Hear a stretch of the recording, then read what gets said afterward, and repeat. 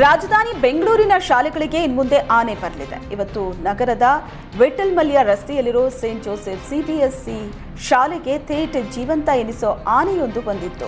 ವನ್ಯಜೀವಿ ಸಂರಕ್ಷಣೆ ಕುರಿತು ಪೇಟಾ ಇಂಡಿಯಾ ಸಂಸ್ಥೆ ಸಹಯೋಗದೊಂದಿಗೆ ವನ್ಯಜೀವಿಗಳ ಸಂರಕ್ಷಣೆ ಅಭಿಯಾನವನ್ನು ಹಮ್ಮಿಕೊಳ್ಳಲಾಯಿತು. ಇದರ ಜೊತೆಗೆ ಮಕ್ಕಳಿಗೆ ವನ್ಯಜೀವಿಗಳ ಸಂರಕ್ಷಣೆ ಕುರಿತು ಜಾಗೃತಿಯನ್ನ ಮೂಡಿಸಲಾಯಿತು.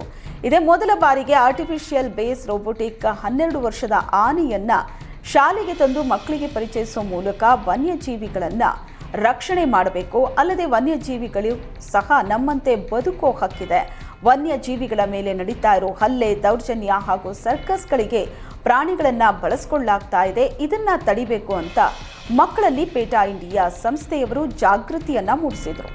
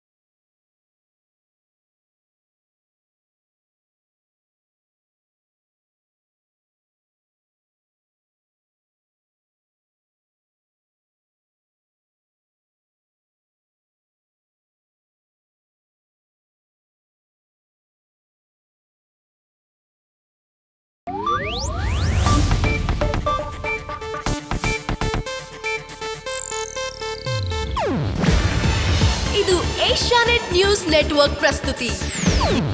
ನೀವು ನೋಡ್ತಿದ್ದೀರಾ ಏಷ್ಯಾನೆಟ್ ಸುವರ್ಣ ನ್ಯೂಸ್.